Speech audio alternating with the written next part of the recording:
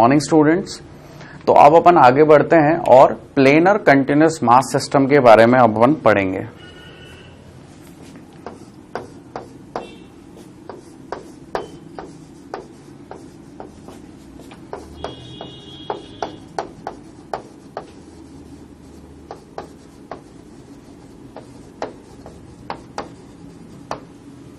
Okay, तो planar continuous mass system में हमें क्या करना है। देखिए, अभी तक हमने लीनियर कंटिन्यूअस मास सिस्टम देखा जहां पे हमारे एक्सयूएम की वैल्यू क्या आई थी,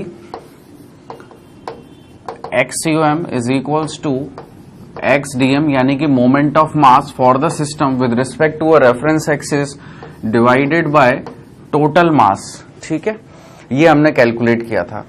अब यहां पे हम समझने की कोशिश करें, अगर ऐसा काम हमें एक प्लेन में करना पड़े, so this is our X axis and this is Y axis. Suppose ये हमारी कोई एक बॉडी है जो कि एक्स वाई प्लेन के अंदर है। अब इस एक्स वाई प्लेन में अब ये जो मास है ये डिस्क्रीट नहीं है, ये कैसा है, कंटिन्यूअस मास है। अगर ये कंटिन्यूअस मास है तो मुझे क्या करना पड़ेगा, मुझे इसका सेंटर ऑफ मास पता करना पड़ेगा। और क्या करते थे अपन, एक्स पे, पहले एक्स पे क्या करते थे अपन, भाई मैं क्या करूंगा, यहां पे एक एलिमेंट लूंगा मैं इसका ऐसे पैरेलल टू वाई एक्सिस। भाई रिकॉल, इसको रिलेट करने की कोशिश करना प्लेनर डिस्क्रीट सिस्टम से। प्लेनर डिस्क्रीट में देखो क्या होता था, प्लेनर डिस्क्रीट में ये एक्स एक्सिस, ये वाई एक्सिस, ये अलग अलग जगह पे मासेस पड़े रहते थे। तो हम क्या करते थे, एक जैसे सपोज ये m1 हो गया, तो m1 का x और y में, फिर m2 का x और y में, तो हम लिखते थे एक्सयूएम क्या लिखते थे, m1 x1 m2 x2 m3 x3 लिखते थे। फिर y1 के लिए क्या लिखते थे, ycum के लिए m1 y1 m2 y2 m3 y3। Overall हम क्या सेंटर ऑफ मास बताते थे, ओके सेंटर ऑफ मास कहीं यहां पे कंसंट्रेटेड होगा तो इसके कोऑर्डिनेट क्या होते थे, एक्सयूएम ycum। ठीक है, पता ही है हमें ये वाली बात। सेम ऐसा ही फंडा हम कंटिन्यूअस पे लगाएंगे, लेकिन अब यहां पे अंतर क्या रह जाएगा, यहां तो मास कैसा था, बिखरा हुआ, यहां पे मास कैसा है, सारा का सारा एक साथ है। इतना सा अंतर है, बाकी सारे कंसेप्ट सेम है। ओके, तो मैंने क्या किया, सबसे पहले अगर मुझे एक्ससीओएम पता करना है तो एक्ससीओएम मुझे कैसे मिलता था, हमेशा मैं एक्सयूएम पता करने के लिए क्या करता था, मोमेंट लेता था सिस्टम ऑफ मास का with respect to Y axis. तो अगर मैंने क्या किया, अगर मैं यहां पे एक एलिमेंट ले लूं, ये तो भाई बहुत बड़ा सा एक बॉडी है, बहुत बड़ा सा एक सिस्टम है, मैंने इसमें एक एलिमेंट लिया जो कि वाई के कैसा है, पैरेलल है, जो कि वाई के कैसा है, पैरेलल है। मैंने इसको पैरेलल क्यों लिया, क्योंकि मुझे मोमेंट ऑफ मास कैसे मिलता है, मोमेंट ऑफ मास मुझे तभी मिलेगा जब मैं मास को perpendicular to the reference axis से मल्टीप्लाई करूंगा, तभी मुझे मोमेंट ऑफ मास मिलेगा। तो अगर मुझे एक्सयूएम का कोऑर्डिनेट पता करना है तो मुझे क्या चाहिए होगा, इसके परपेंडिकुलर डिस्टेंस। इसलिए मैंने एक एलिमेंट ऐसा लिया है जो कि वाई एक्सिस के कैसा है, परपेंडिकुलर है। ओके, अब इसमें भी मैं क्या करूंगा, सपोज एक छोटा सा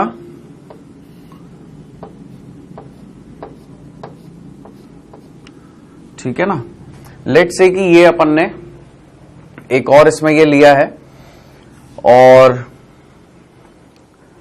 तो बेसिकली ये क्या है, ये dx है ना, सॉरी यार। हेलो स्टूडेंट्स, तो भाई अपन ने पिछले लेक्चर में कहां तक की पढ़ाई करी, लास्ट लेक्चर में हमने कंटिन्यूअस मास सिस्टम पे हम आ चुके थे, लीनियर कंटिन्यूअस सिस्टम हमने फिनिश अप कर दिया था। और हमने शायद दो केसेस लिए थे, एक तो यूनिफॉर्म रॉड एल लेंथ की, और एक सेमी सर्कुलर वायर कह लीजिए, या सेमी सर्कुलर रिंग कह लीजिए, या हाफ रिंग कह लीजिए, सब एक ही बात है। और हमने उसमें position of centre of mass find out करने की कोशिश करी थी। अच्छा, कुछ बच्चों को सेमी सर्कुलर रिंग के अंदर centre of mass find out करने में दिक्कत आई थी, तो मैं अभी इस लेक्चर में भी उसको दोबारा से समझाऊंगा। एज ऑफ नाउ हम थोड़ा सा आगे बढ़ते हैं और सेकंड पार्ट लेते हैं अपना, यानी कि वो क्या है, प्लेनर कंटिन्यूअस मास सिस्टम। तो हेडिंग डालेंगे planar continuous mass system. Okay, तो प्लेनर कंटिन्यूअस मास सिस्टम की बात आते से ही हमें क्या समझ में आता है कि भाई साहब अब जो भी बात होने वाली है वो एक प्लेन में होने वाली, चाहे एक्स वाई, चाहे वाई जेड, चाहे जेड एक्स। क्लियर? तो हम भी एक प्लेन बनाते हैं यहां पे।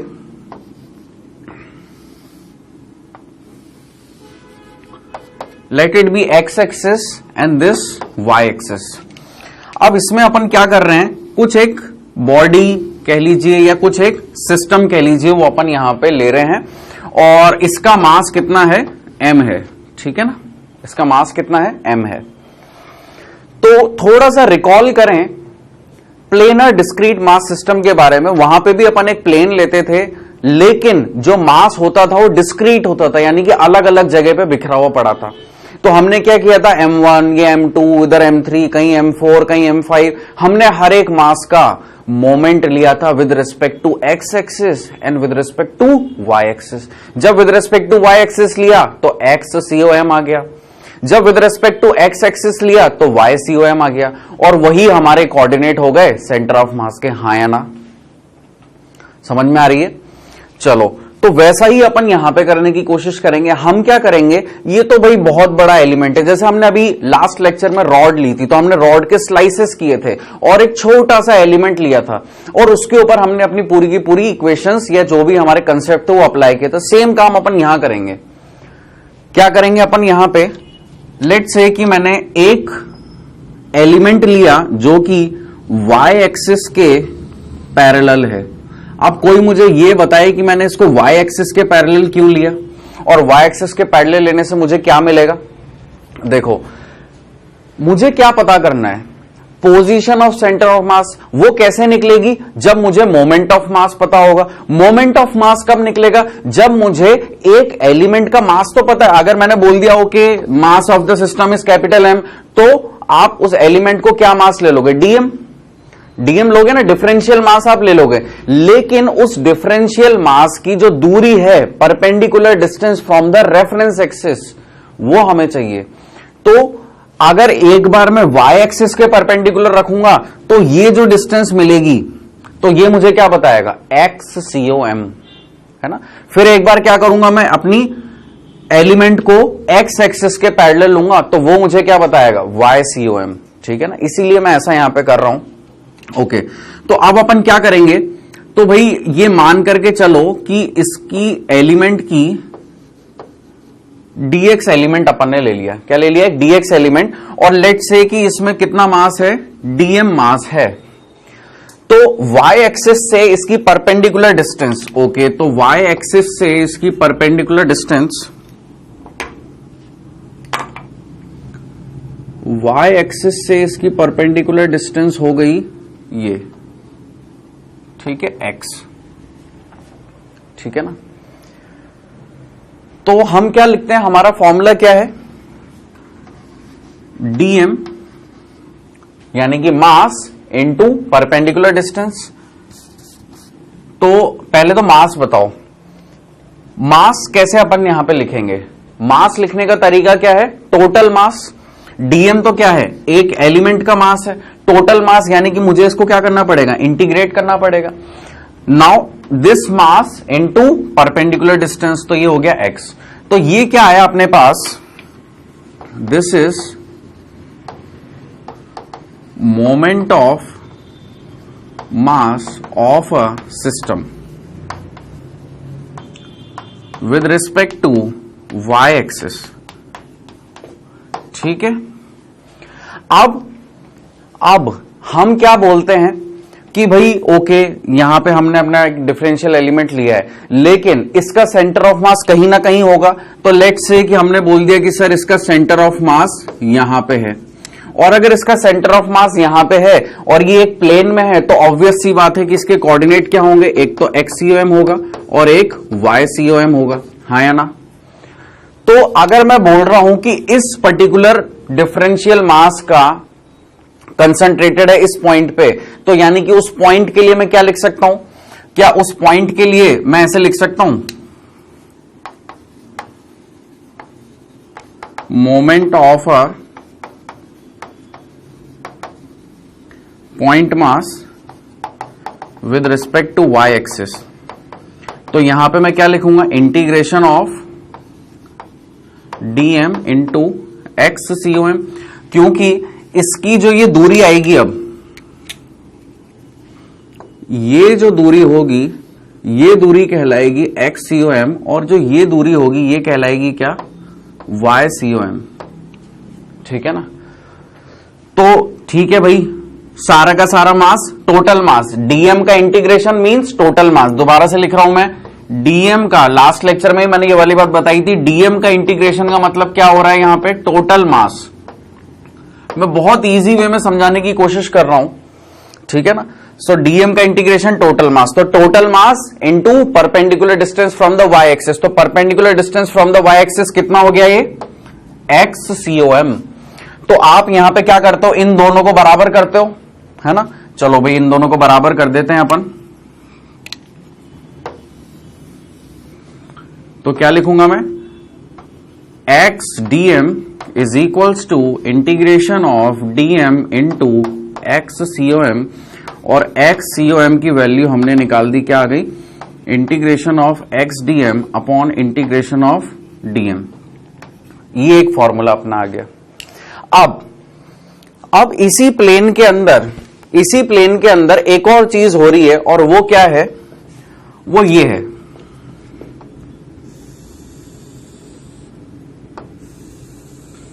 ठीक है ना। इसी प्लेन में मैंने अब क्या किया, मैंने एक और डिफरेंशियल मास का एलिमेंट लिया और उसको मैंने क्या बोल दिया कि लेट्स से कि ये dy एलिमेंट है जो कि पैरेलल है किसके, एक्स एक्सिस के, और इसमें भी कुछ dm मास है, ठीक है ना। तो अब इसके लिए भी अपने को इक्वेशन लिखनी है, एंड ऑब्वियसली इसका भी कुछ ना कुछ सेंटर ऑफ मास होगा जिसको अपन y COM बोलेंगे। तो इसके लिए अपन क्या इक्वेशन लिखेंगे, सिमिलर टू दिस, यानी कि अब मैं क्या लिखूंगा यहां पे देखिएगा, आपकी बात सामने सामने लिखते हैं, देखो, moment of mass of the system with respect to X axis is equals to moment of mass of the point mass with respect to X axis. देखो पहले दोनों बातें y एक्सिस के लिए करी थी, अभी दोनों बातें x एक्सिस के लिए कर रहे हैं अपन। तो moment of mass of the system with respect to x axis, यानी कि अब हमको क्या पता करना है कि ये x एक्सिस से कितनी दूरी पे। तो भाई लेट से कि मैंने मान लिया कि ये x एक्सिस से लेट से कि ये कुछ y दूरी पे है, ठीक है ना। तो यहां पे क्या आ जाएगा, टोटल मास कितना है, dm इंटू वाई बराबर moment of mass of a point, जहां पे सारा का सारा मास कंसंट्रेटेड, और वाला पॉइंट कौन सा है, यहां पे, और उसकी दूरी कितनी है, y COM। देखो ये वाली जो बड़ी लाइन आ रही है ना व्हाइट, ये y COM की दूरी है। ओके, तो ये ले लिया मैंने यहां पे इंटीग्रेशन ऑफ टोटल मास, है ना। इंटीग्रेशन बोलना नहीं चाहिए, बेसिकली ये क्या बोल रहा हूं मैं, टोटल मास, इंटीग्रेशन dm माने total mass multiplied by y COM। तो यहां से मुझे y COM की वैल्यू कितनी मिलती है, integration of y dm upon integration of dm। ये एक और फॉर्मूला हो गया अपना, ठीक है ना। अब इसी तरह से अगर आप z एक्सिस की तरफ भी मूव कर जाओगे तो z एक्सिस में क्या हो जाएगा, ये z COM बराबर integration of z dm upon integration of dm। Visible है सबको पीछे तक, ओके। तो ये एक और फॉर्मूला, ये एक और फॉर्मूला। अगर 3D में बात हो जाए तो ये लगा देना, 2D में रहे तो ये रखना। तो यानी कि अब मुझे x COM और y COM के दोनों के वैल्यूज, यानी कि पोजीशन ऑफ सेंटर ऑफ मास मुझे पता चल चुकी है। x COM का फॉर्मूला मुझे पहले भी पता था, लेकिन मैंने दोबारा कैलकुलेट किया।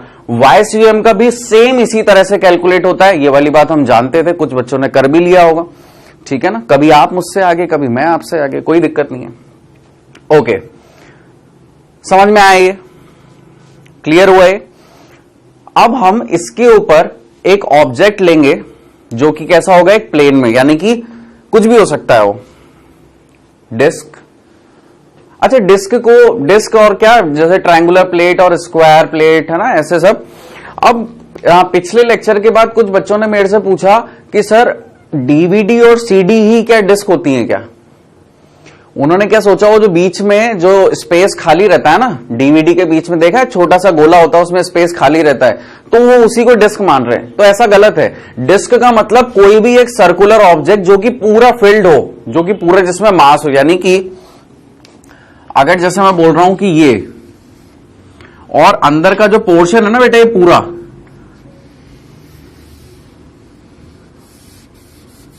ये पूरा भरा हुआ हो, इसको अपन क्या बोलेंगे? दिस इज डिस्क, ठीक है ना, ये डिस्क है।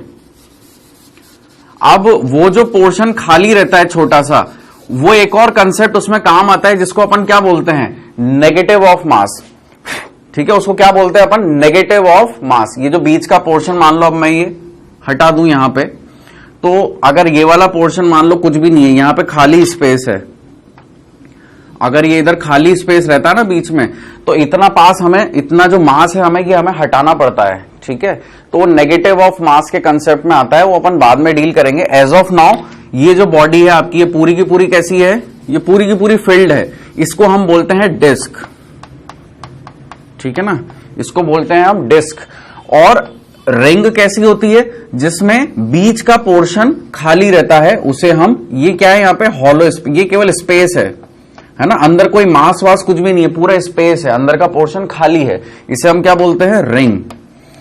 तो कंफ्यूज मत होना, रिंग में, डिस्क में, है ना। अच्छा, और क्या बता रहा था मैं इसके बाद? हाँ, अब अपन कुछ क्वेश्चंस लेते हैं।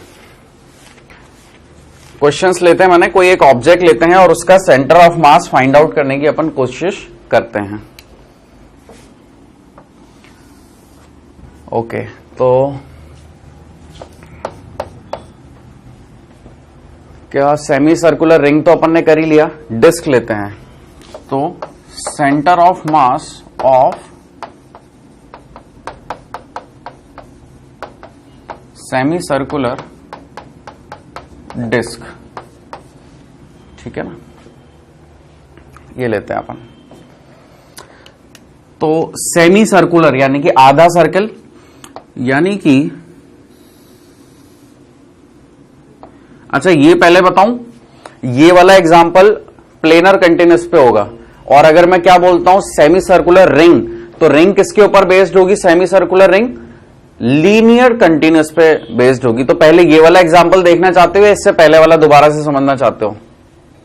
इससे पहले वाला दोबारा से समझना चाहते हो? चलो ऐसा कर लो, ठीक है। चलो भाई, इसको डिस्क हटा करके हम क्या कर देते हैं?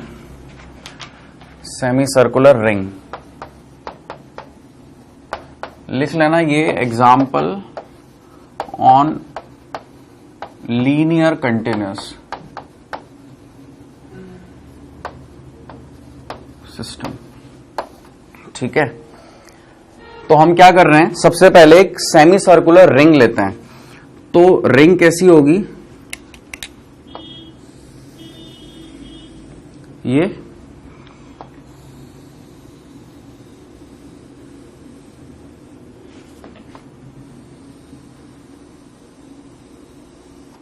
ठीक है ना, कुछ ऐसी आपके रिंग होगी सेमी सर्कुलर, यानी कि अपन नीचे का पोर्शन कंसिडर नहीं कर रहे हैं। ओके, और मैंने क्या बोला था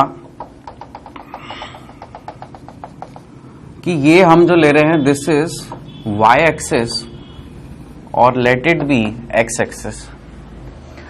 और हम ये वाली बात जानते हैं, पिछले लेक्चर में हमने समझा है कि अगर कोई ऐसी बॉडी होती है जिसमें सिमेट्री मिलती है, चाहे एक्स एक्सिस में चाहे वाई एक्सिस में। अब जैसे ये वाला पोर्शन है इधर के जैसा, ये पूरा का पूरा, इधर का जो पोर्शन है ये बिल्कुल ऐसा का ऐसा इधर है ना, जैसा नीचे है वैसा ऊपर है, और ऐसे भी ये सिमेट्री है।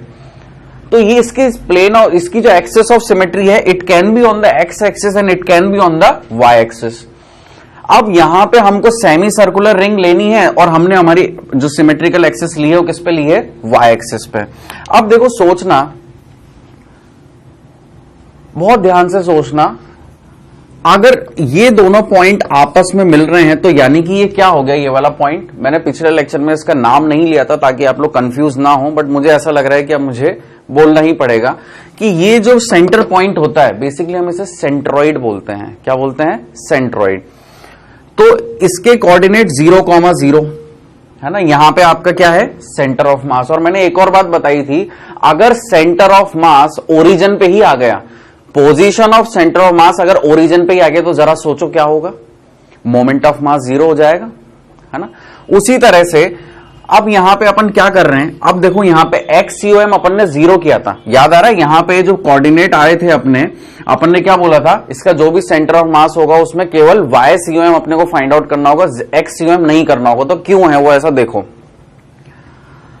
अब इतना तो हमें पता है कि सेंटर ऑफ मास आ रहा है यहां पे। अब अगर नीचे का पोर्शन अगर हट जाएगा तो जो भी सेंटर ऑफ मास आएगा बेटा, आएगा तो इसी एक्सिस पे, ये वाली एक्सिस तो है ही नहीं, है ना। और नीचे का पोर्शन भी अब नहीं है, ये वाला पोर्शन भी अब नहीं है। तो इतना तो हमें क्लियर है कि जो भी सेंटर ऑफ मास आएगा वो कहां आएगा, वो इसी लाइन पे कहीं पे आएगा, ठीक है ना, इसी लाइन पे कहीं पे आएगा। ओके, चलो भाई, मैंने मान लिया कि लेट्स से कि ये वाले पॉइंट पे सेंटर ऑफ मास आ रहा है। तो भाई अगर सेंटर ऑफ मास आ रहा है और हम बोल रहे हैं कि ये एक्स और वाई प्लेन में है, तो ऑब्वियस सी बात है, और ये हमारी क्या है, रेफरेंस लाइन है ना, एक्सिस ऑफ सिमेट्री या रेफरेंस लाइन एक ही बात है। तो यहां पे हमारे जो कोऑर्डिनेट होंगे वो XCOM, YCOM, है ना, ऐसा होना चाहिए। अब अगर सोचो, अगर सेंटर ऑफ मास इसी पे ही लाई कर रहा है, मान लो यहीं पे लाइन लाई कर रहा है, तो उस छोटे से डिफरेंशियल मास का perpendicular distance from the reference axis XCOM के लिए क्या होगा, XCOM के लिए क्या होगा, perpendicular distance with respect to y axis multiplied by the mass, है ना। तो ये जो परपेंडिकुलर एक्सिस है विद द y एक्सिस, तो ये तो बेटा 0 हो गया ना, 0 हो गया ना। अगर सेंटर ऑफ मास इसी लाइन पे आ रहा है, तो अगर रेफरेंस एक्सिस पे ही अगर सेंटर ऑफ मास आ रहा है, तो XCOM के लिए तो परपेंडिकुलर डिस्टेंस 0 हो गया। परपेंडिकुलर डिस्टेंस अगर 0 हो गया तो XCOM क्या हो गया, 0, ठीक है। तो इसलिए हम क्या करते हैं यहां पे, मेरे ख्याल से अब तो सारी बातें क्लियर हो गई होंगी। तो हम क्या करते हैं, एक्सिस ऑफ सिमेट्री का यूज ही इसलिए करते हैं ताकि हमारा काम जल्दी से जल्दी हो। भाई एग्जाम में ऐसा नहीं होगा कि हम पहले बैठेंगे फाइंड आउट करने, ओहो XCOM अब 0 हो रहा है तो अब YCOM फाइंड आउट करो, नहीं, ऐसा नहीं करेंगे हम। हमको कुछ बातें पहले से ही पता होनी चाहिए अगर हम कंपटीशन एग्जाम में बैठ रहे हैं तो भाई हमें अब क्या पता चला कि YCOM, और YCOM तो होगा लेकिन कहां होगा, इसी लाइन पे कहीं पे होगा, है ना, इसी लाइन पे कहीं पे हमारा सेंटर ऑफ मास होगा। अच्छा, इसका जो रेडियस है, इसका रेडियस कितना गिवन है, R, ठीक है। अब इसको सॉल्व करने का तरीका क्या है, ये हमको पता चल रहा है कि एक वायर है, एक वायर की तरह है, लीनियर है तो लीनियर कंटिन्यूअस है तो वायर या रॉड की तरह ही होगा, कुछ भी मान लो, रॉड या वायर। अगर मैं इसको ऐसा सीधा कर दूं तो रॉड, मोड़ दिया तो सेमी सर्कुलर, ठीक है ना। तो क्या कर रहे हैं अपन, देखो एक छोटा सा पोर्शन अपन इसका कंसिडर कर रहे हैं, है ना, और ये मान करके चलो कि यहां से यहां तक का एंगल अगर थीटा है, और अगर मैं इसका एक बहुत छोटा सा पार्ट अगर मैं कंसीडर कर रहा हूं, बहुत छोटा सा एलिमेंटल पोर्शन अगर मैं इसका लेता हूं, और इसका एंगल अपन कितना बोलते हैं, लेट से डी थीटा, ठीक है ना। और ये वाला जो पोर्शन है ना, ये मान लो कि ये dx एलिमेंट लिया है मैंने, ठीक है ना। तो ये बहुत पतला सा, बहुत पतली सी जगह है ना, बहुत नेग्लिजिबल सी जगह है। तो ये जो आर्क है, बेसिकली हम जानते हैं थीटा बराबर आर्क अपॉन रेडियस, एक फॉर्मूला होता है। थीटा पता है, रेडियस पता है, आर्क निकालनी है, तो आर्क क्या होगी, अगर मैं बोल रहा हूं कि ये डी थीटा, तो बेटा यहां है, ये है ना, डी थीटा यहां है, और ये आर, ये टोटल इसकी लेंथ हो गई। तो यानी कि dx बराबर कितना आ गया, आर डी थीटा, ठीक है। ओके, तो हमें ये पता चल गया, और हमें यहां पे फॉर्मूला क्या लगाना है, ये यहां पे जो भी सेंटर ऑफ मास होगा इसके कोऑर्डिनेट होंगे 0, YCOM, है ना। तो YCOM का फॉर्मूला मुझे पता है, अभी अभी मैंने कैलकुलेट भी किया है, that will be equal to Y D M upon integration of DM, है ना। तो मुझे y पता चल जाए और dm पता चल जाए तो मेरा काम हो जाएगा।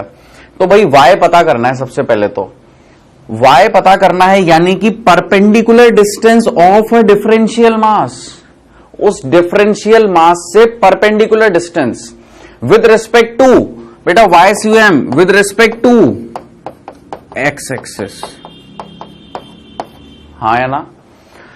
तो यहां से भाई ये जो है इसको मैंने एक डीएम मास मान लिया, तो यहां से जो परपेंडिकुलर डिस्टेंस है क्या ये y कहलाएगा। तो अगर ये थीटा है, ये y है और ये r है, तो ये कितना होगा, क्या r साइन थीटा, और ये वाला जो है डिस्टेंस है ये क्या हो जाएगा यहां से यहां तक का, क्या r कॉस थीटा।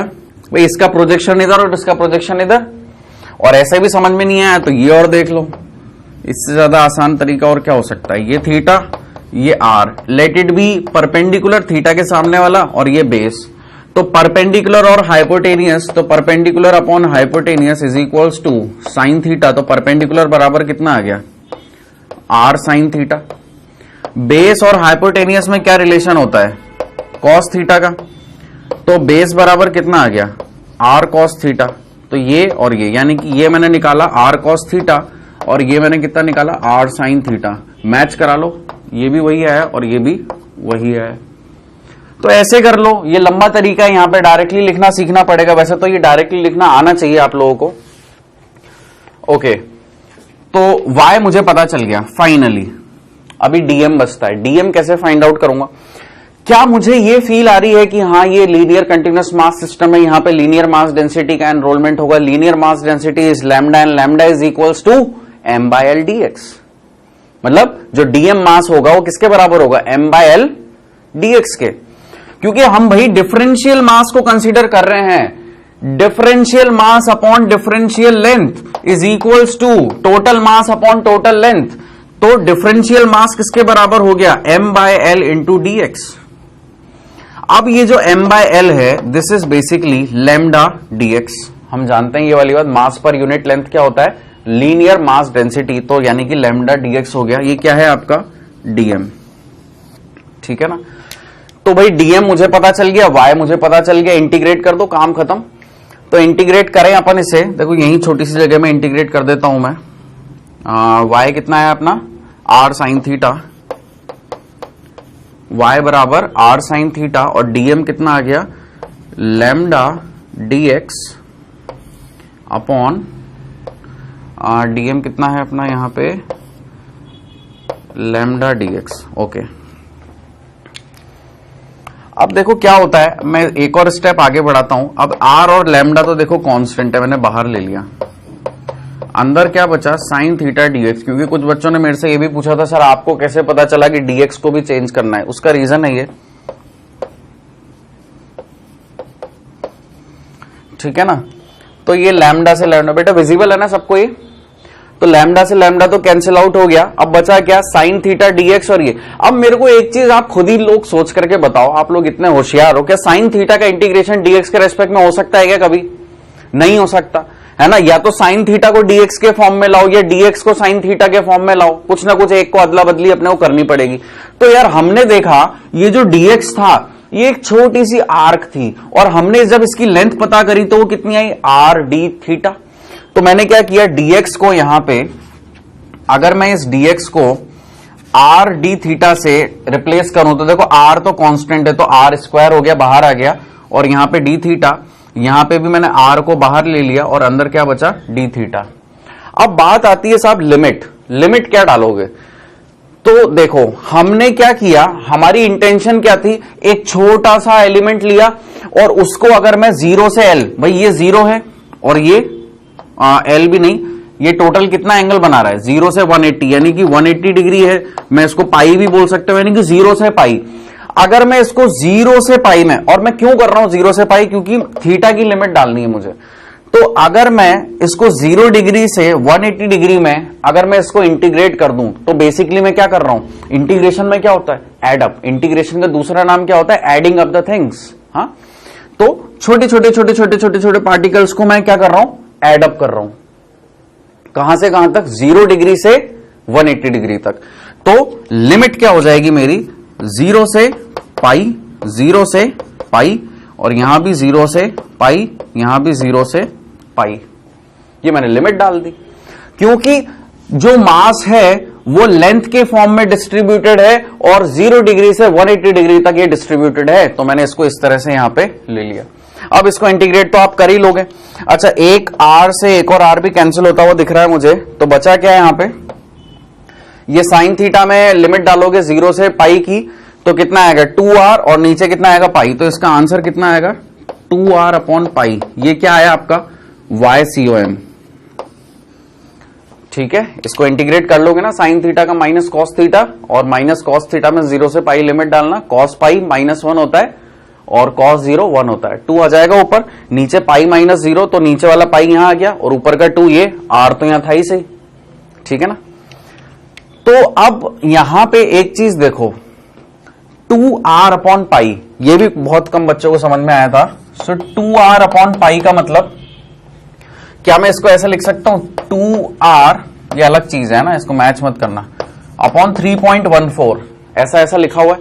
इसकी नियरेस्ट वैल्यू क्या 2r अपॉन 4 लिख सकता हूं मैं, ऐसे ही। तो अब देखो, ये बेसिकली r/2 है ना।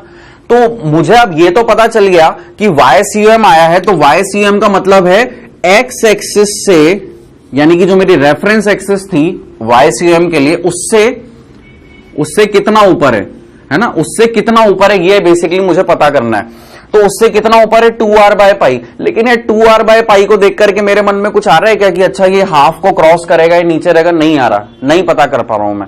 लेकिन मैंने क्या किया, मैंने इसकी नियरेस्ट वैल्यू के बारे में सोचा, तो मेरे को क्या पता चला, अच्छा ये जो वैल्यू है this is greater than 2r/4। तो जिसका डिनोमिनेटर कम वो ज्यादा, इसका डिनोमिनेटर ज्यादा था, 4 था, तो ये वाली वैल्यू छोटी होगी। तो ये r/2 और ये 2r/समथिंग है, तो ऑब्वियसली ये वाली वैल्यू बड़ी है। तो यानी कि क्या हो रहा होगा कि अगर मैं इस वाले पॉइंट को यहां से यहां तक अगर मैं r/2 मानूं, तो जो ये वाली लाइन एक डाल रहा हूं मैं, ठीक है, जो ये एक लाइन मैंने डाली है, इस लाइन पे देखना, ये r/2 और ये वैल्यू r/2 से बड़ी है, तो यानी कि सेंटर ऑफ मास यहां ऊपर कहीं पे आ रहा होगा। This is your centre of मास। तो ये YCOM की लाइन कहां तक जाएगी, ये यहां तक जाएगी। ठीक है, this will be your centre of mass about the r/2। अब एक और चीज सोचो, एक लाइन तो मैंने r/2 पे डाली, एक लाइन और अगर मैं यहां डालता हूं इसके टॉप पे, तो हमने एक प्रॉपर्टी पढ़ी है कि सेंटर ऑफ मास हमेशा उस तरफ मिलेगा जहां पे ज्यादा मास होगा। तो इतना पोर्शन देखो, अगर मैं रिंग को यहीं पे कट कर दूं, तो बस ये छोटा सा पार्ट इधर, छोटा सा पार्ट इधर, कम मास है, और ऊपर का पार्ट देखो कितना हैवी मास है ये, और सेंटर ऑफ मास किसकी तरफ आया है, ये हैवी मास वाली तरफ। ऐसे भी समझ लो, ठीक है ना। तो ये हुआ centre of mass of a semi circular ring. अब हम बात करेंगे किसकी, centre of mass of a semi circular disc. तो पहले आप इतनी बातें नोट कर लें।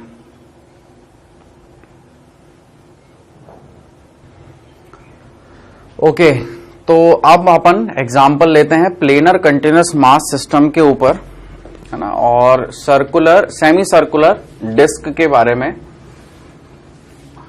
अब हम देखेंगे कि सेंटर ऑफ मास कैसे कैलकुलेट किया जाएगा एक सेमी सर्कुलर डिस्क का।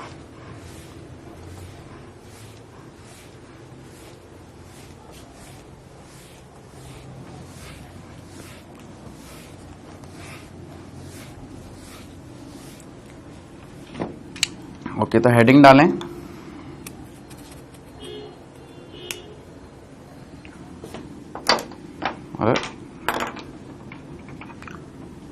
the heading will be center of mass of a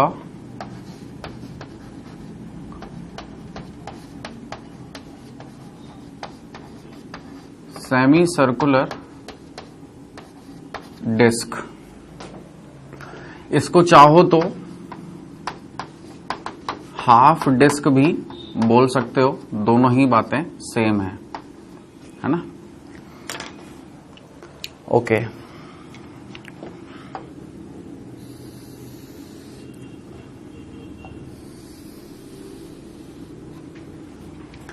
ठीक है, ये आपकी हाफ डिस्क हो गई और late it be X axis, और ऑब्वियस ही बात है इसमें सिमेट्री होगी, तो हम एक एक्सिस डालते हैं जिसको हम रेफरेंस एक्सिस बोल रहे हैं या एक्सिस ऑफ सिमेट्री बोल दें, and it will be Y axis, है ना। हम इसी को ही रेफरेंस एक्सिस भी लेते हैं। तो आपको क्लियरली दिख रहा होगा कि जो भी सेंटर ऑफ मास आएगा वो इसी एक्सिस पे आएगा, ठीक है। और यहां पे XUM 0 होगा, क्यों? क्योंकि अगर XUM को हमको निकालना है y एक्सिस के थ्रू, और हमें पता है कि इसी लाइन पे कहीं ना कहीं सेंटर ऑफ मास आएगा, तो सेंटर ऑफ मास की परपेंडिकुलर डिस्टेंस 0 होगी XUM के केस में, इसलिए XUM वाला कोऑर्डिनेट 0 होगा और YCUM का कोऑर्डिनेट यहां पे प्रेजेंट होगा। तो अब ये वाली बात भी आती है कि भाई सेंटर ऑफ मास ऊपर होगा नीचे होगा इसके हाफ रेडियस से, जैसे कि सपोज अगर मैं बोलता हूं कि ये R रेडियस है और लेट इट बी R/2। अभी अपन क्वेश्चन सॉल्व नहीं कर रही है, अभी अपन बहुत छोटी सी बात कर रहे हैं, और ये पता करने के लिए हमने ऑलरेडी थोड़ी सी पढ़ाई कर ली है। तो मैं क्या बोल रहा हूं कि ये जो इतनी डिस्टेंस है भाई, ये टोटल R है, तो ये यहां से लेकर के यहां तक कितना हो गया R/2, और यहां से लेकर के यहां पे कितना हो गया R/2। तो क्वेश्चन सॉल्व किए बिना हम ये बताएंगे कि सेंटर ऑफ मास की पोजीशन कहां होगी, क्योंकि अभी हमने यहां पे बहुत कुछ पढ़ चुके हैं, ठीक है। ये वाली बात हम भूले नहीं है, यहां पे भी हमने एक्सेस डाल करके बताया था कि सेंटर ऑफ मास R/2 के नीचे होगा या ऊपर होगा। इसी कंसेप्ट को यहां पे भी अप्लाई करते हैं बिना क्वेश्चन सॉल्व किए, देखो कैसे होगा। तो ये बताओ मुझे R/2 यहां पे ज्यादा मास है या यहां पे ज्यादा मास है, और याद रहना ये पूरा पोर्शन प्लेन है, ऐसा नहीं कि तुम इसको रिंग मानो, ये पूरा पोर्शन कैसा है, फिल्ड अप है, इसमें पूरे में मास है। हम किसके बारे में पढ़ाई कर रहे हैं अभी, अब हम प्लेनर कंटिन्यूअस पे हैं, ठीक है ना, प्लेनर कंटिन्यूअस मास सिस्टम। तो अगर प्लेनर कंटिन्यूअस मास सिस्टम पे ऊपर है हम, यानी कि अब हम किसकी बात करेंगे, अब हम सरफेस मास डेंसिटी के बारे में हम बात करेंगे। और सरफेस मास डेंसिटी का मतलब होता है मास पर यूनिट एरिया, यानी कि सिग्मा बराबर मास पर यूनिट एरिया। तो ये यहां पे जो मास फैला हुआ है, इसका मास हम मान के चलते हैं m, तो ये जो मास फैला हुआ है ये इस पूरे एरिया पे फैला हुआ है। तो ऑब्वियस सी बात है, आपको दिख रहा है कि R/2 जो नीचे वाला पोर्शन है यहां पे मास ज्यादा है और ऊपर में मास कम है, हाँ या ना। तो यानी कि सेंटर ऑफ मास जहां पे सेंटर ऑफ मास किस तरफ होगा, जहां पे ज्यादा मास होगा, तो यानी कि R/2 के नीचे ही होगा कहीं ना कहीं। ओके, तो ये हो गया हमारा सेंटर ऑफ मास, जिसके कोऑर्डिनेट होंगे 0, YCOM। देखो बिना क्वेश्चन सॉल्व करे हमने लोकेशन बताई। अब ये कितना ऊपर है एक्स एक्सिस से, ये हमें फाइंड आउट करना है। यही तो है position of centre of mass YCOM with respect to X axis, ठीक है ना। तो आइए इसको फाइंड आउट करें अपन। तो इसको फाइंड आउट करने का क्या तरीका होगा, हमें यहां पे, मैं ये रब कर रहा हूं यार थोड़ा सा, है ना, ये इसको या तो इधर लिख लेते हैं अपन कि सेंटर ऑफ मास यहां, वैसे आपको पता चल ही रहा है, ठीक है। चलो देखो यहां पे हम क्या करेंगे, एक सपोज ये कुछ थीटा एंगल पे है, तो मैं बहुत छोटा सा पोर्शन ले रहा हूं, लेकिन मैं आपको यहां एग्जांपल में इसमें ग्राफ पे बड़ा दिखाऊंगा इस डायग्राम में, ठीक है। Late it B d theta, ठीक है ना, ये क्या है d थीटा। और ये जो पोर्शन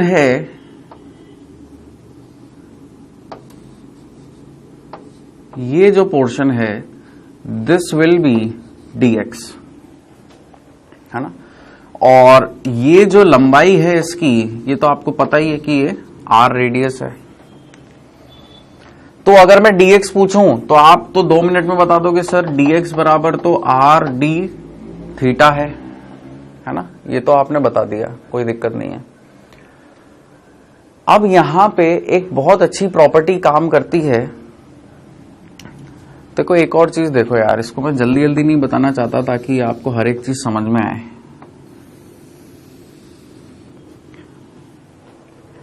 ये भी एक सेमी सर्कुलर डिस्क है।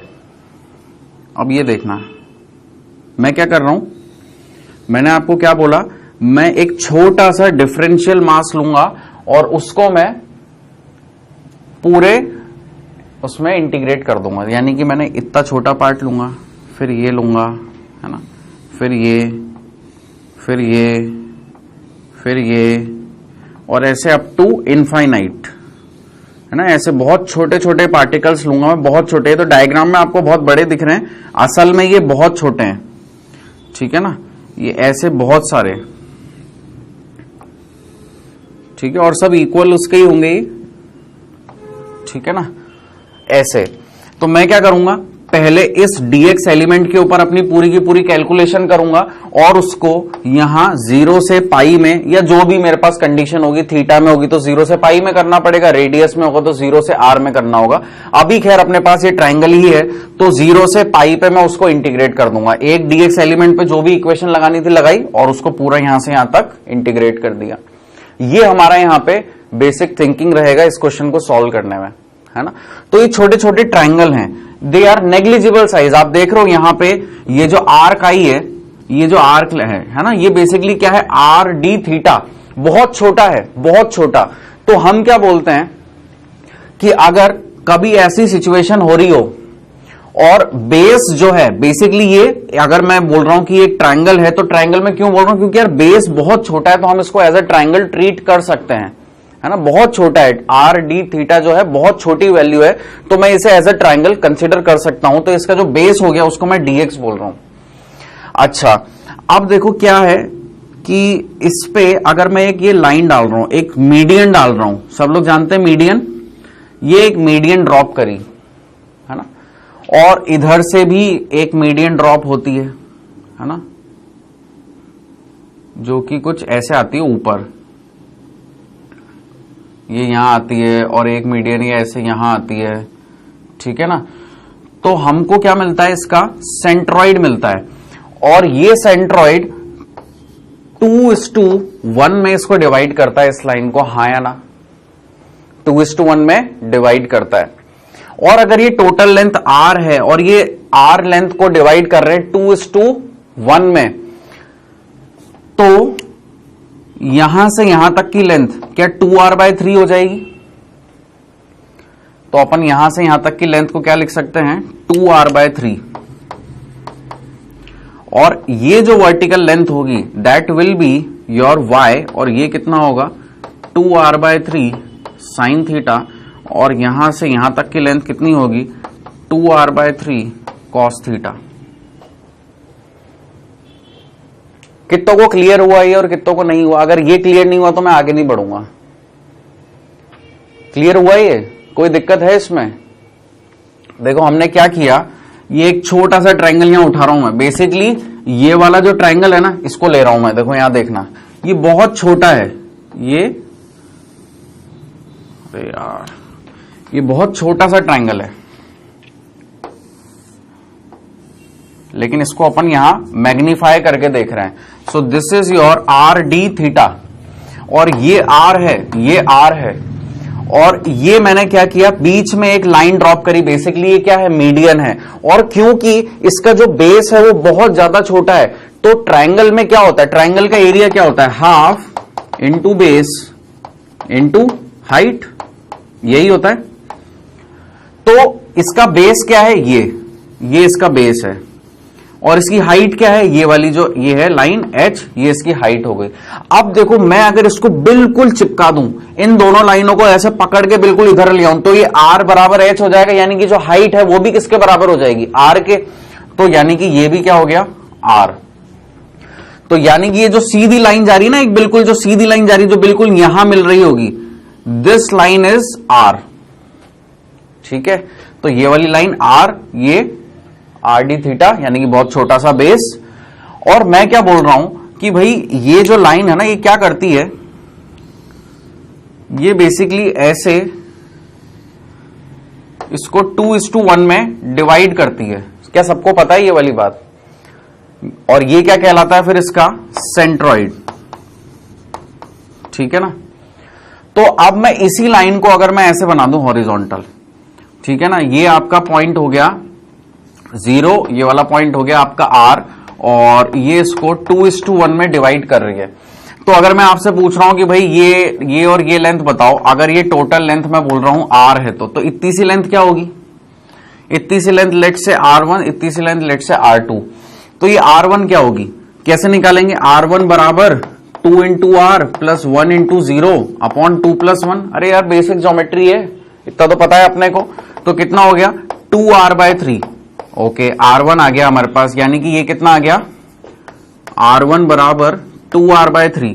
तो R2 कितना आएगा? तो भाई R2 निकालना है, तो R बराबर R2 बराबर R माइनस R1 कर दें, यानी कि R माइनस 2R/3 कितना हो गया? R/3। ओके, तो ये आ गया अपने पास कितना? R/3। अब R कैपिटल माना है कि स्मॉल माना है? भाई कैपिटल माना है, तो ये R कैपिटल ही रखो, ठीक है ना, ये तो स्मॉल रहने दो, ठीक है। तो ये ऐसे हुआ अपना काम, ये भी कैपिटल है R, ठीक है ना।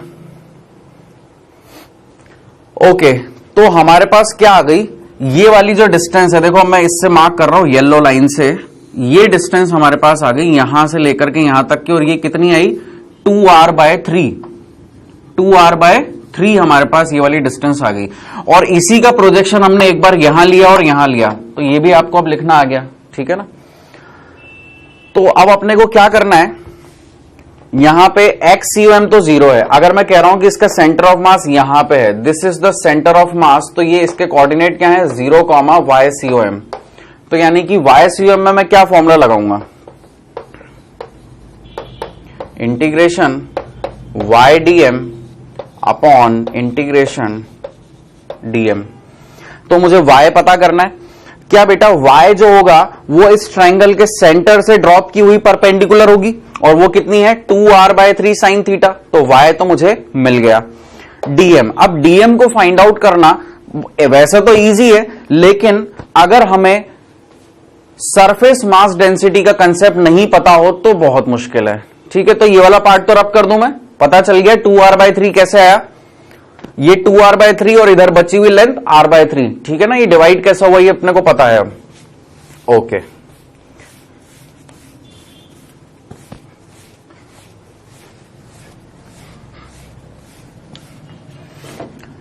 तो हम क्या फाइंड आउट कर रहे हैं? इसके पोजीशन, है ना। तो भाई DM फाइंड आउट करना है। DM फाइंड आउट होगा सरफेस डेंसिटी में क्या होगा? मास upon area, DM upon DA basically, ठीक है ना। Differential mass upon differential area बराबर मास अपॉन टोटल एरिया। तो डिफरेंशियल मास मुझे कितना मिलेगा? M upon A into DA, ठीक है ना। तो भाई DM देखो है कितना? मास तो M है। अब एरिया, सर्कल का एरिया क्या होता है? πr²। तो सेमी सर्कल का क्या हो जाएगा? πr²/2। ओके, तो ये लो भाई πr²। अब देखो R क्या लेना है? कैपिटल ही रखना, स्मॉल और उसमें गलती मत करना, इसमें अपन ने सब में कैपिटल R लिया है। तो ये πr², और यहां पे आ गया 2, πr/2, 2 ऊपर ले लिया, कोई दिक्कत नहीं है, बहुत बढ़िया। तो M अपॉन A तो हमने सक्सेसफुली लिख लिया। अब डिफरेंशियल एरिया DA को कैसे लिखोगे? है तो ये भी एरिया, लेकिन किसका? उस डिफरेंशियल मास का, है ना। तो देखो ये कैसे लिखेंगे अपन? हमने जो हमारा डिफरेंशियल एलिमेंट लिया है, मैं यहां पे लिखता हूं, हमारा जो डिफरेंशियल एलिमेंट है उसकी ज्योमेट्री कैसी है? ये जो हमारा डिफरेंशियल एलिमेंट है, हमने साहब इसको बोला है कि ये क्या है? This is the triangle. ये क्या है? ट्रायंगल है। तो ट्रायंगल का एरिया यानी कि DA, differential area of a differential triangle, यानी कि इस ट्रायंगल का हमें एरिया लेना है। ट्रायंगल का एरिया क्या होता है? Half into base into height. तो ओके, हाफ लिखते हैं यहां पे, हाफ, थोड़ा सा इधर सरकाना पड़ेगा इसे, यहां लिखो, सो डीएम बराबर M upon pi R square by 2, इतना तो था। अब differential area of a triangle, so half into base, base कितना है, क्या बेस आर डी थीटा है, क्लियर है अब तो अपने को, okay very good, R D theta, इसी तरह का कॉन्फिडेंस चाहिए मुझे। और हाइट, हाइट कितनी है, क्या मैंने बोला था कि जो हाइट है वो भी आर के बराबर होगी, क्यों, क्योंकि बेस बहुत ज्यादा छोटा है, तो यानी कि हाइट क्या होगी इसकी, आर। तो इसको कैलकुलेट करें तो देखो आर स्क्वायर से ये आर कैंसिल आउट हुआ और इस 2 से ये 2 कैंसिल आउट हुआ, तो डीएम मेरे पास क्या बचा, M upon pi D theta. और मेरा फॉर्मूला मुझे कहता है Y C O M is equals to Y D M. तो वाई कितना है मेरे पास, it's 2r/3, so 2r/3 multiply by DM, और डीएम कितना आया है, M upon pi D theta upon integration of M upon pi D theta.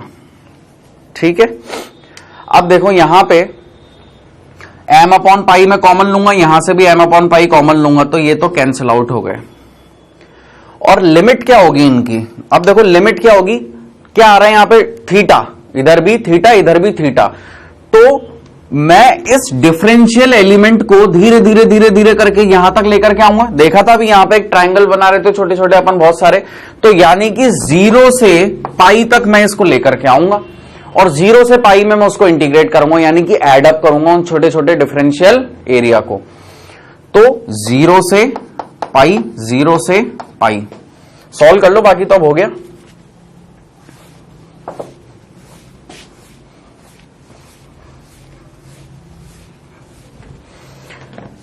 देखो क्या आएगा इसका result, Y C O M is equals to 2r/3 बाहर ले लिया मैंने,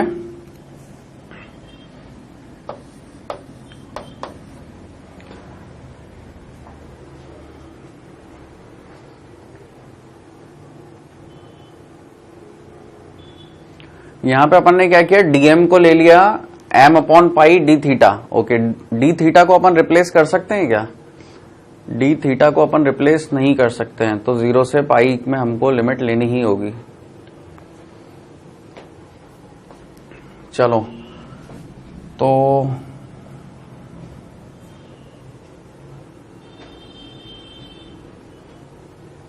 M upon pi R square by 2 half R D theta into are.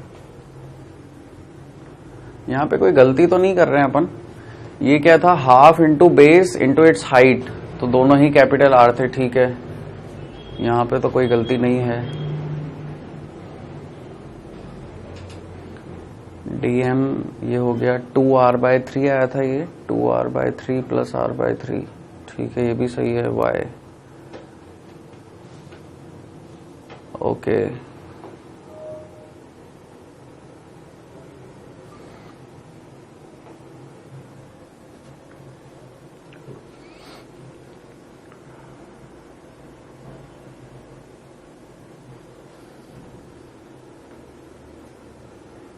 हाँ, ये गलती कर रहे हैं यहां पे अपन, देखो ये क्या था, y 2r/3 साइन थीटा, ये गलती है यहां पे, ठीक है, इसको यहां पे सही करो। ये जो है यहां पे this will be 2r sine theta multiply by, ये कितना आया था, m अपॉन पाई और ये डी थीटा, तो ये m अपॉन पाई ऐसे कैंसिल आउट हुआ, तो 2/r 0 से पाई और फिर sine theta D theta upon integration of 0 to pi और ये डी थीटा।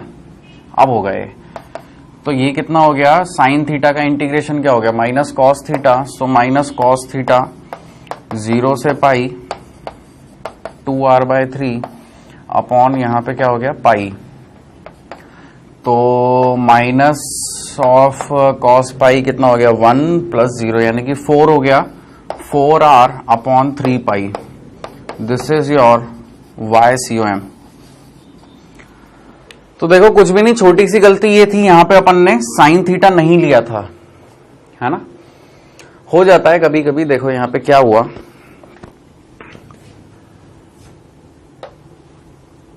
हमने ये y जो है ना, y ये क्या है, इस डिफरेंशियल एलिमेंट का सेंट्रॉइड से x एक्सिस पे गिरने वाला परपेंडिकुलर डिस्टेंस है। तो वो y कितना है, 2r/3 sin थीटा, और जो ये लेंथ थी ये था बेसिकली 2r/3, और ये इसका दूसरा प्रोजेक्शन जो कि 2r/3 cos थीटा। तो हमें क्या लेना है, YCUM हम कैलकुलेट कर रहे हैं। YCUM का मतलब moment of mass with respect to x axis. तो x एक्सिस से ऊपर जो भी परपेंडिकुलर आएगा वो हमें देखना था। तो ये था वो परपेंडिकुलर, ना कि ये, है ना कि ये था क्या, ये ऊपर आने वाला ये वाला परपेंडिकुलर। तो वो यहां पे लिखा, और देन वी हैव कैलकुलेटेड, और वो कितना आया, 4r/3 पाई। अच्छा, 4r/3 पाई आया, 4r/3 पाई। अब ये देखो, क्या ये r/2 से छोटा है? हाँ है ना भाई, क्लियरली दिख रहा है r/2 से छोटा है ये। अगर ये r/2 से छोटा है तो यहां देखो, ये r/2 पे एक लाइन डाली और ऊपर एक लाइन डाली, तो r/2 से छोटा है तो नीचे आना चाहिए। तो देखो हमने भी नीचे ही लिया है, ये वाला पॉइंट था r/2 का, देख रहे हो ये वाला डिस्टेंस r/2, ये उसके नीचे लिया है हमने।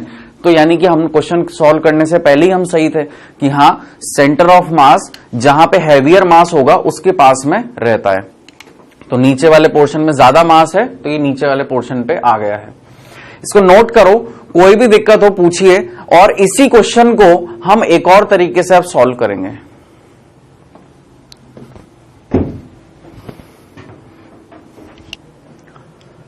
ओके, तो समझ में आया ये सेमी सर्कुलर डिस्क का सेंटर ऑफ मास अपन ने कैसे फाइंड आउट किया है। अब अपन सेमी सर्कुलर डिस्क का ही centre of mass find out करेंगे, लेकिन एक दूसरे तरीके से। अगर ये तरीका समझ में आया तो आगे बढ़ते हैं, क्योंकि ये इजीएस्ट तरीका था यार, है ना। ये वाला जो तरीका था ये बहुत सिंपल था। अब जो अपन पढ़ेंगे वो भी वैसे तो है तो इजी, और देखना अब आपको डिफाइन करना है कि आपके लिए क्या इजी और क्या टफ है।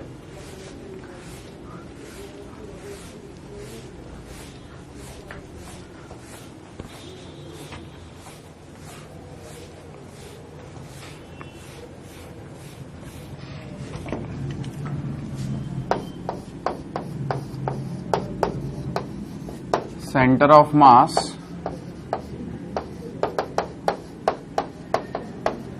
ठीक है ना, वही चीज पढ़ रहे हैं अपन, सेमी सर्कुलर डिस्क या हाफ डिस्क। देखो अभी मैंने आपको क्या बताया,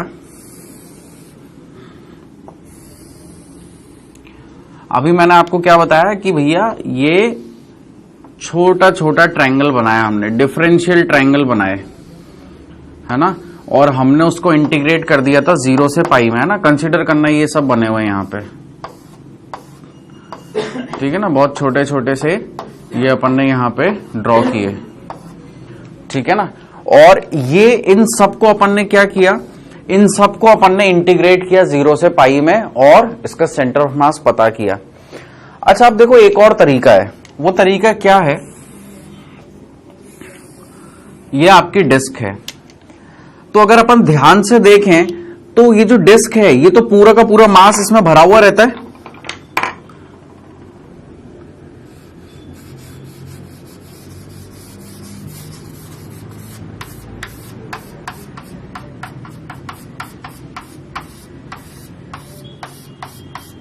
क्या ये पूरा ऐसे भरा हुआ रहता है इसमें मास, हाफ डिस्क में। ओके, तो अगर मैं ऐसा बोल रहा हूं कि मैं इसमें एक रिंग बना सकता हूं, तो क्या मैं सही सोच रहा हूं या मैं गलत सोच रहा हूं?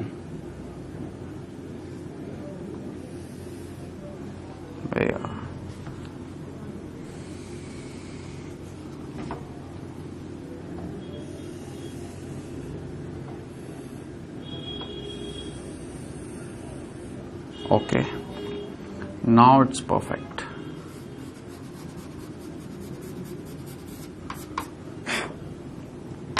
तो हमने क्या किया, हमने इसमें एक है ना ये छोटी सी रिंग कंसीडर करी है बीच में, है ना, ये रिंग हमने इसमें बीच में कंसीडर की है।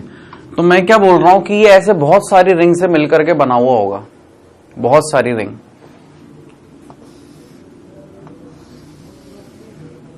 ये एक रिंग, ये एक और रिंग, ये एक और रिंग है ना, फिर ये एक और रिंग, ऐसे बहुत सारी रिंग से मिलकर के ये बना हुआ होगा।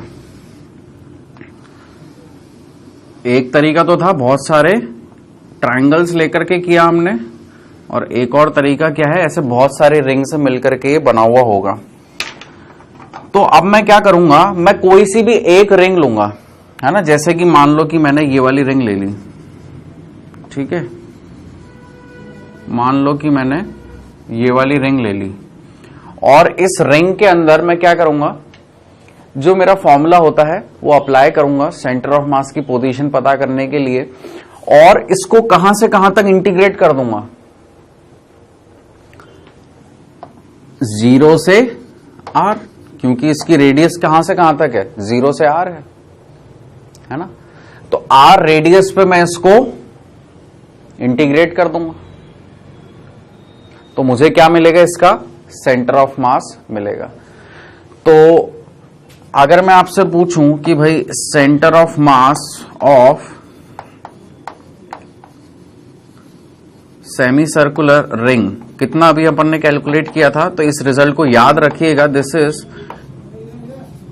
2r अपॉन पाई, ये होता है ना। और एक इस रिजल्ट को भी याद रखिएगा, दिस इज 4r/3 पाई, ये क्या था, this is centre of mass of semi circular disc.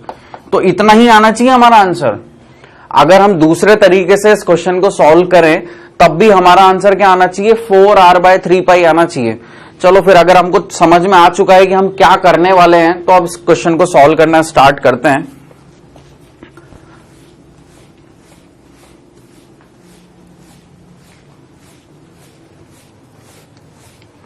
Okay,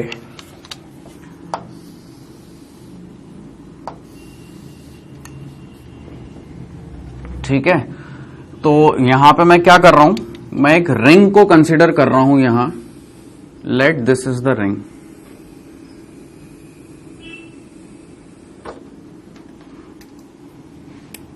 चौक टूट रही है यार ये आज।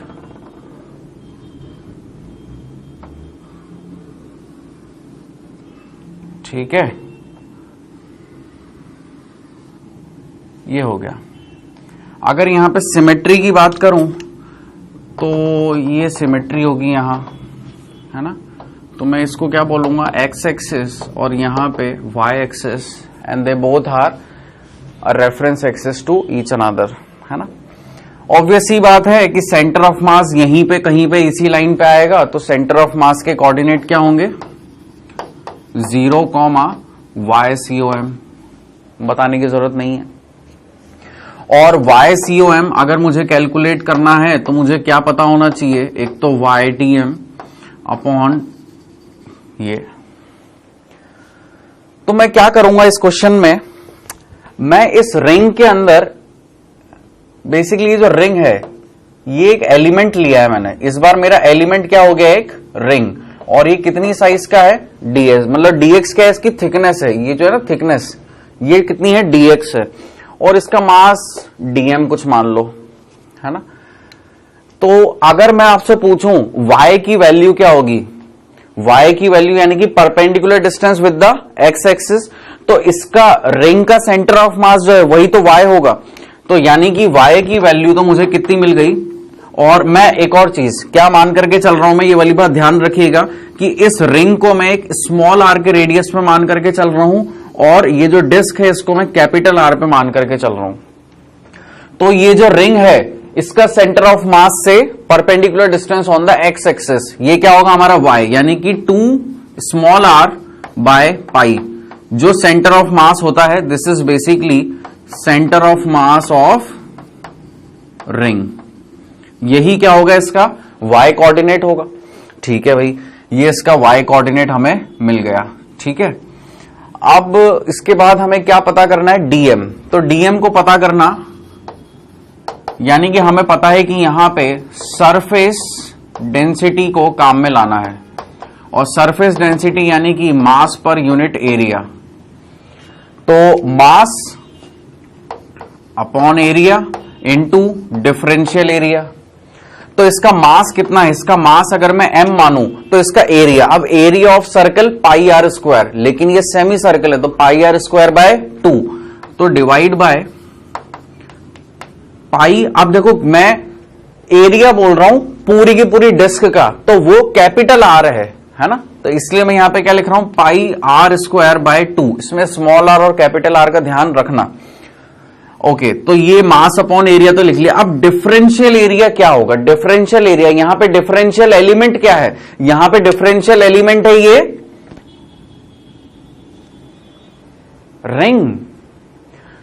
इस रिंग को मैंने ऐसे सीधा कर दिया, रॉड हो गई, तो एक रेक्टेंगल टाइप ही हो गया। तो इसका एरिया लेंथ इंटू ब्रेथ। तो अब देखो ये सर्कल पूरा है, ये क्या है, एक सर्कल, ये पूरा सर्कल है। तो मैं आपसे पूछूंगा भैया इसकी टोटल लेंथ कितनी है, तो आप बोलोगे sir length of a circle is equals to the circumference of the circle and circumference of a circle is 2 pi R.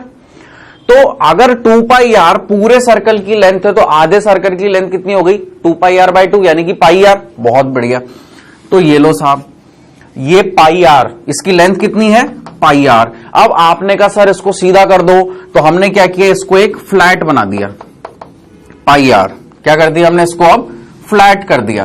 तो हमें क्या पता चला, सर इसकी लेंथ तो पाई आर है, किसकी, सेमी सर्कल की, उसको हमने क्या कर दिया, ऐसे सीधा कर दिया। बहुत बढ़िया, लेकिन आप ढंग से देखो तो ये क्या है, एक ऐसे रॉड टाइप कुछ है, और जिसकी थिकनेस हमने कितनी ली है, क्या dx, देखो थिकनेस मैंने कितनी ली है, इसको सीधा लिख देता हूं, ये dx ली थी नहीं ली थी इसकी थिकनेस, तो लेंथ इंटू ब्रेथ, ये क्या हो गया, इसके differential area of the ring. तो भाई पाई आर, अच्छा फिर देखो ये जो आर होगा ये कौन सा आर होगा, स्मॉल आर। ये गलती हो जाती है और ऐसी गलतियों की वजह से ही फिर आगे सारे आंसर गलत आते हैं। तो पाई आर, भाई ये जो रिंग है ये कितने रेडियस पे है, ये स्मॉल आर पे है। तो हमने जो ये सर्कल बनाया था अभी, यानी कि ये स्मॉल आर पे है, और इसी स्मॉल आर को मैंने क्या किया, ये नीचे का पार्ट हटाया और इसको मैंने क्या किया, एकदम ऐसा सीधा कर दिया। तो सीधा कर दिया तो इसका कितना हो गया, सरकमफेरेंस पाई आर, और पहले जब पूरा था तो पूरे का कितना था, 2 पाई आर, अगर ये स्मॉल आर है तो। ठीक है, तो ये इसका एरिया कैसे कैलकुलेट किया, कोई दिक्कत तो नहीं होगी। तो मैं लिख रहा हूं, देखो डरना मत, अब तो आगे तुम्हें समझ में। तो यानी कि पाई आर इंटू डी आर, ये क्या हुआ, डिफरेंशियल एरिया, ये मास अपॉन एरिया। तो ये क्या आ गया हमारे पास, डीएम। करना क्या है, वाई सीओएम को पता करना है। तो वाई कितना है मेरे पास, इस बार वाई रखने में अपन गलती नहीं करेंगे, वाई है 2r अपॉन पाई, और ये क्या है, centre of mass of a ring, यानी कि perpendicular distance from the X axis, और वही हमारा वाई होगा। चलो तो यहां लिखते हैं इसको अलग से, ये वाला पार्ट रब कर देता हूं मैं।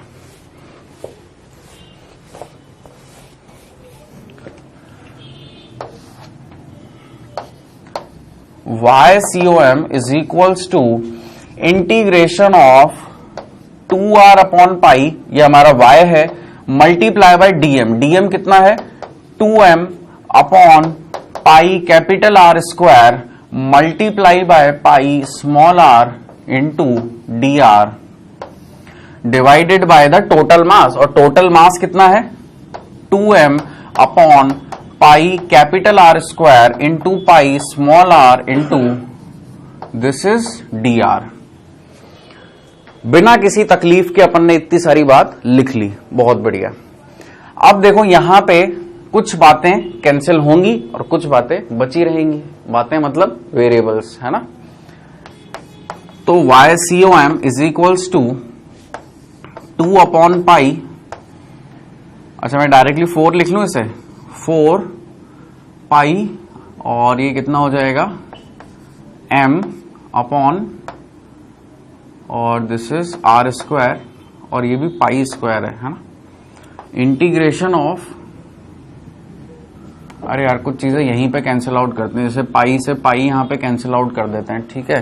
तो 4m, और यहां अंदर तो मैं लिख देता हूं RDR आर स्क्वायर होगा ये, are square D R, 4m इधर आ गया, एक पाई नीचे कैंसिल आउट हो गया तो सिर्फ पाई और आर स्क्वायर, ठीक है।